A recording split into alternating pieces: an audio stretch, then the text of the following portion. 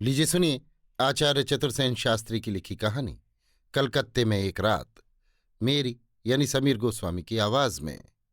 बड़े बड़े शहरों में आधुनिक सभ्यता के नए रंग ढंग छल कपट के साधन भी बन गए हैं। इस कहानी का नायक उसी का शिकार है। कलकत्ता जाने का मेरा पहला ही मौका था। मैं संध्या समय वहां पहुंचा और हरिसन रोड पर एक होटल में ठहर गया। होटल में जो कमरा मेरे लिए ठीक किया गया, उसमें सब सामान ठिकाने लगा। थोड़ी देर में सुस्ताया, फिर स्नान कर चाय पी, कपड़े बदल एक नज़र शहर को देखने बाहर निकला। बरसात के दिन थे। अभी कुछ देर पहले पानी पड़ चुका था। ठंडी हवा के झोंके मन को हरा कर रहे थे। चलने को तैयार होकर मैं कुछ क्षण तक तो होटल के बरामदे में खड़ा होकर बाजार की भीड़ भाड़ चहल पहल देखने लगा। गगनचुंबी अट्टालिकाएं, प्रशस्त सड़कें, उन पर पागल की भांति धुन बांधकर आते जाते मनुष्यों की भीड़, मोटर, ट्राम, गाड़ी, ये सब देखकर मेरा दिल घबराने लगा। मैं खड़ा होकर सोचने लगा, आखिर यहां मन में कैसे शांति उत्पन्न हो सकती है। अंधेरा हो गया था, परंतु बाजार बिजली से जगमगा रहा था। कहना चाहिए, बाजार की शोभा दिन की अपेक्षा रात ही को अधिक प्रतीत होती है। जो दुकानें अभी दिन के प्रकाश में सुस्त और अंधकारपूर्ण थीं, इस समय वे जगमगा रही थीं। ग्राहकों की भीड़ भाड़ के क्या कहने थे। किसी को पलक मारने की फुर्सत न थी। कुछ देर बाजार की ये बहार देखकर मैं नीचे उतरा। होटल के नीचे ही एक पान वाले की बड़ी शानदार दुकान थी। दुकान छोटी थी, पर बिजली के तीव्र प्रकाश से जगमगा रही थी। सोडे की बोतलें, सिगरेट, पान सजे धरे थे। सोने के वर्क लगी गिलौरियां चांदी की तश्तरी में रखी थीं। मैं दुकान पर जा खड़ा हुआ। एक चवन्नी थाल में फेंक कर 2 बीड़ा पान लगाने को कहा। दुकानदार पान बनाने लगा और मैं सामने लगे कदे आदम आईने में अपनी धज देखने लगा। पान और रेजगारी उसने मेरे हाथ में दिए। मैंने पान खाए और एक दृष्टि हथेली पर धरे हुए पैसों पर डालकर उन्हें जेब में डालने का उपक्रम करता हुआ ज्यों ही मैं दुकान से घूमा कि एक गौरवर्ण सुंदर कोमल हाथ मेरे आगे बढ़कर फैल गया। मैं चलते चलते ठिठक कर ठहर गया। मैंने पहले उस हाथ को, फिर उस सुंदरी नवोढ़ा को ऊपर से नीचे तक देखा। वो सिर से पैर तक एक सफेद चादर लपेटे हुए थी। चादर कुछ मैली जरूर थी, परंतु भिखारियों जैसी नहीं। उसने अपना मुख भी चादर में छिपा रखा था। सिर्फ 2 बड़ी बड़ी आंखें चमक रही थीं। आंखें खूब चमकीली और काली थीं। उनके ऊपर खूब पतली कोमल भौहें और उनके ऊपर चांदी के समान उज्ज्वल साफ चिकना ललाट। चिकने और घूंघर वाले बालों की एक आध लट उस पर खेल रही थी। यद्यपि एक प्रकार के भद्दे ढंग से अपने शरीर को साधारण चादर में लपेट रखा था, परंतु उसमें से उसकी सुडौल देह यष्टि और उत्फुल्ल यौवन फूटा पड़ता था। उसके मुख के शेष भाग को देखने का उपाय न था, परंतु उस पर दृष्टि डालते ही उसे देखने की प्यास आंखों में पैदा हो जाती थी। मैंने क्षण भर ही में उसे देख लिया। उसने मुझसे कुछ कहा नहीं। वो एक हाथ से अपनी चादर को शरीर से ठीक ठीक लपेटे, दूसरा हाथ मेरे आगे पसार कर खड़ी रही। उसकी दृष्टि में भीख की याचना थी और एक गहरी करुणा भी। वो मानो कोई भेद छिपाए फिर रही थी।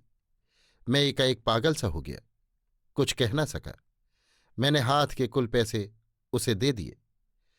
पैसे पाकर उसने उन्हें बिना ही देखे मुट्ठी में भर लिया। फिर उसने एक विचित्र दृष्टि से मेरी ओर देखा। वो धीरे धीरे वहां से खिसक कर सड़क के दूसरे छोर पर एक खंभे के सहारे खड़ी हो मेरी ओर देखने लगी। मुझे मालूम हुआ वो मुझसे कुछ कहना चाहती है। मेरे मन में कुछ विचित्र गुदगुदी सी पैदा होने लगी। बड़े नगर के विचित्र जीवन का मुझे कुछ ज्ञान न था। मैं देहात के शांत वातावरण में रहने वाला आदमी, परंतु वो स्त्री वहां खड़ी मेरी तरफ देखती ही रही। जहां वो खड़ी थी वहां काफी अंधेरा था। कुछ देर खड़ा मैं उसे देखता रहा। मुझे उसके निकट जाना चाहिए या नहीं, मैं यही सोचने लगा। अंत में मैं साहस करके उसके पास गया। मुझे निकट आया देख उसने अपने मुख से चादर का आवरण हटा लिया और बड़ी बड़ी आंखों से मेरी तरफ अभिप्रायपूर्ण दृष्टि से देखने लगी। जैसे अजगर अपनी प्रथम दृष्टि से अपने शिकार को स्तंभित कर देता है, उसी प्रकार मैं स्तंभित सा हो गया। उस अंधकार में भी उसके मुख चंद्र की आभा फूट कर निकली पड़ती थी। उसने मृदु कोमल स्वर में कहा, आप डरते तो नहीं? प्रश्न सुनकर मैं अचकचा गया। मैंने कहा, नहीं, कहो क्या बात है। मेरे साथ आइए, मैं इसी ट्राम पर सवार होती हूं। आप भी इसी पर चढ़ जाइए, मुझसे दूर बैठिए, मैं जहां उतरूं आप भी उतर जाइए।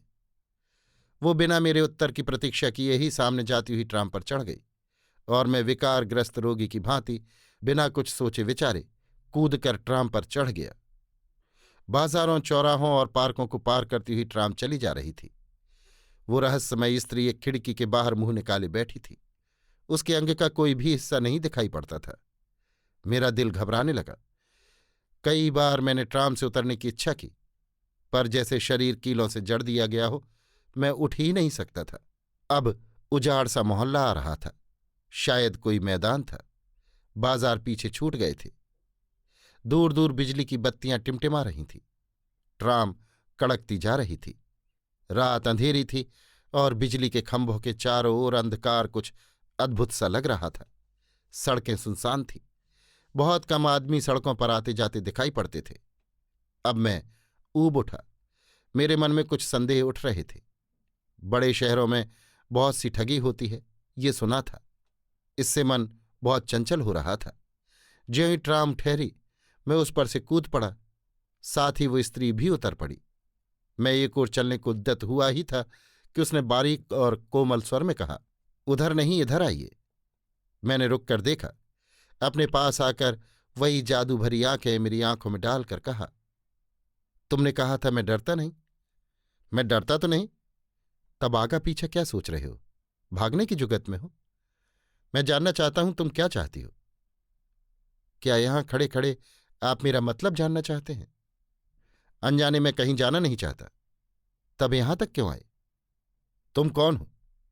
एक दुखिया स्त्री। कहाँ रहती हो? निकट ही। वो क्या मकान दिखाई दे रहा है? उसने सामने एक साधारण घर की ओर संकेत किया। वहां और कौन है? मेरा पति है। वो कोई काम क्यों नहीं करता? तुम्हें भीख मांगकर उसे खिलाना पड़ता है? आप तो सब बातें यहीं खत्म कर देना चाहते हैं। मैं घर नहीं जाना चाहता। तुम्हें यदि कुछ सहायता चाहिए तो मैं तुम्हें दे सकता हूं। आप चले जाइए, मुझे आपकी सहायता नहीं चाहिए, उसने हंसकर कहा और फिर ऐंठ कर चल दी। वो अद्भुत अज्ञात सुंदरी बाला मुझे अपरिचित से सुनसान रात्रि में ऐसी नोक-झोंक से बातें करके चल दी। मुझे ऐसा प्रतीत हुआ कि वो किसी रस्सी से बांधकर मुझे खींचे लिए जा रही है। मैंने कहा, ठहरो, नाराज क्यों होती हो? वो खड़ी हो गई। मैंने पास जाकर कहा, आखिर तुम्हारा मतलब क्या है? साफ साफ क्यों नहीं कहती हो? उसने क्षण भर उन चमकीली आंखों से मेरी तरफ देखा, मुख पर से चादर का आवरण हटाया। उस अंधकार में भी मैं उस मोहक लावण्य को देखकर विचलित हो गया। उसने कहा, एक औरत से डरते हो? डरता नहीं हूं। तब चले आओ। वो बिना मेरा मत जाने ही चल दी। मैं मंत्रमुग्ध की भांति उसके पीछे चल दिया। सड़क की गलियों में और गली से एक बहुत ही सकरी गली में वो घुसती ही चली गई। अंत में एक मकान के द्वार पर जाकर उसने कुछ संकेत किया। एक बूढ़े आदमी ने आकर द्वार खोल दिया। वो मेरी तरफ भीतर आने का संकेत कर आगे बढ़ गई। मैं भी धड़कते हृदय से भीतर घुसकर उसके पीछे पीछे चल दिया। मेरे भीतर आने पर बूढ़ा द्वार अच्छी तरह बंद करके हमारे पीछे पीछे आने लगा। दूसरी मंजिल पर पहुंचकर उसने बूढ़े से कहा, बाबू को तुम ऊपर ले जाकर बैठाओ, मैं अभी आती हूं। ये कहकर वो तेजी से आगे बढ़ गई। मैं वहीं खड़ा उस बूढ़े का मुंह देखने लगा। उस स्थान पर बहुत अंधकार न था, फिर भी बूढ़े का चेहरा साफ साफ नहीं दिखलाई पड़ता था। उसने अदब से झुककर कहा, चलिए। वो आगे आगे चल दिया। मैं उसके पीछे चढ़ता ही गया। चौथी मंजिल पर एक खुली छत थी। उस पर एक अच्छा खासा कमरा था। कमरा बंद था। बूढ़े ने अपनी जेब से चाबी निकालकर उसे खोला। स्विच दबाकर ज्वलंत रोशनी करके मुझे भीतर आने का इशारा किया। भीतर कदम रखते ही मैं दंग रह गया। वो कमरा ऐसे अमीरी ठाठ से सजा हुआ था कि क्या कहूं। दीवारों पर खूब बढ़िया तस्वीरें लगी थी। एक और पीतल के काम का कीमती छपरखट था। फर्श पर आधे में ईरानी कालीन बिछा था और शेष आधे में बालिश्त भर मोटा गद्दा, जिस पर स्वच्छ चांदनी बिछी थी। 10-12 छोटे बड़े तकिए उसमें सजे थे। फर्नीचर बहुत नफासत से सजाया गया था।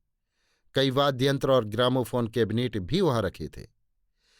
ये सब कुछ देखकर मेरी आंखें चौंधिया गईं। एक भिक्षुक स्त्री का ये ठाठ!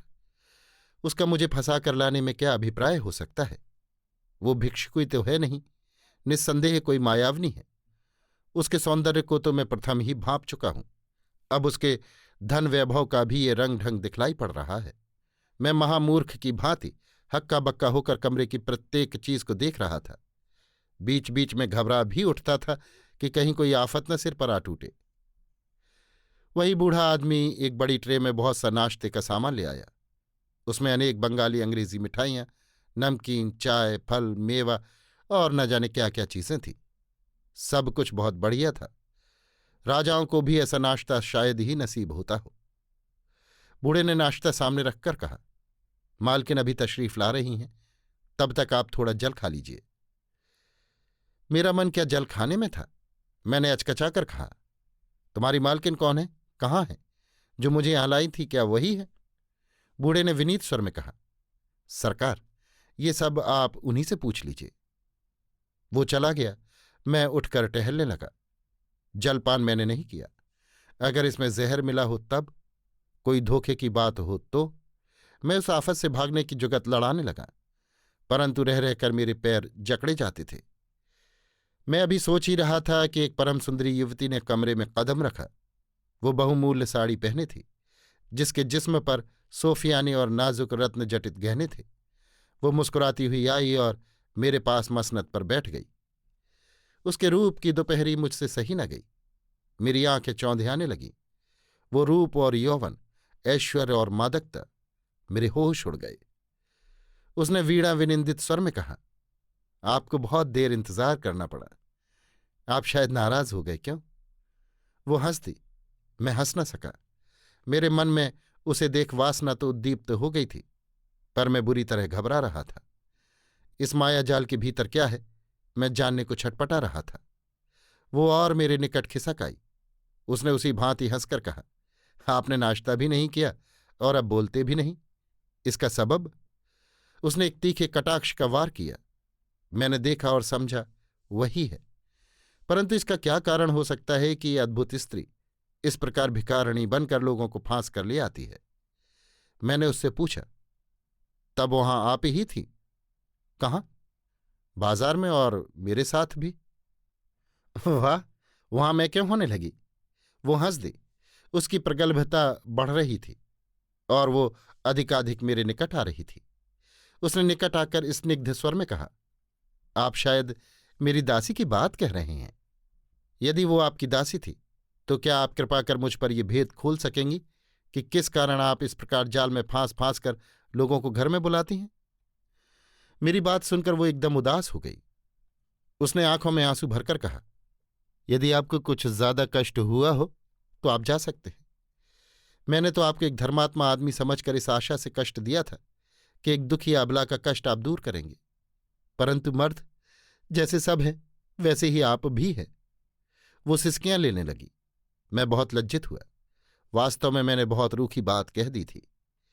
मैंने कहा, आपको इतना क्या दुख है? मुझसे कहिए तो मैं अपनी शक्ति भर उसे दूर करने का उपाय करूं। इस पर मुझे विश्वास कैसे हो? उसने आंसुओं से भीगी हुई पलकों को मेरी ओर उठाकर कहा। उस दृष्टि से मैं विचलित हो गया। मैंने कहा, यद्यपि मेरी आदत नहीं, फिर भी मैं कसम खाने को तैयार हूं। उसके होठों पर मधुर मुस्कुराहट फैल गई। उसने कहा, अब मुझे विश्वास हो गया। इतने ही में वही बूढ़ा एक ट्रे में शराब की एक बोतल, गिलास और कुछ नमकीन ले आया। शराब से यद्यपि मुझे परहेज न था, परंतु उस समय मैंने शराब पीने से साफ इनकार कर दिया। इस पर उसने बड़े तपाक से कहा, बस, तो इसी पर आप कसम खा रहे थे? आपने अगर पहले कभी नहीं पी है तो मैं जिद नहीं करती, परंतु यदि पीते हैं तो शौक कीजिए। गरीबों की आखिर कुछ चीज तो मंजूर फरमाई है। उसने इस अंदाज से ये बात कही और बोतल से शराब उंडेलकर मेरे मुंह में लगा दी कि मैं कुछ भी न कह सका। गले में शराब से सिंचन पाकर मैंने मन में उत्तेजना का अनुभव किया। मैं अपनी परिस्थिति को भूल गया। धीरे जब मेरी आंख खुली तो मैंने अपने को अपने होटल के कमरे में पलंग पर पड़ा पाया। धीरे धीरे मैंने आंखें खोली। प्रातःकाल की धूप खिड़की से छनकर कमरे में आ रही थी। मेरा सिर चकरा रहा था और शरीर में बड़ा दर्द था। कई मिनट तक मैं बिना हिले डुले पड़ा रहा। जैसे शरीर का सत निकल गया हो। धीरे धीरे मुझे रात की सब घटना स्मरण हो आई। मैं हड़बड़ाकर उठ खड़ा हुआ। पहले मुझे ये नहीं मालूम हुआ कि मैं होटल में हूं।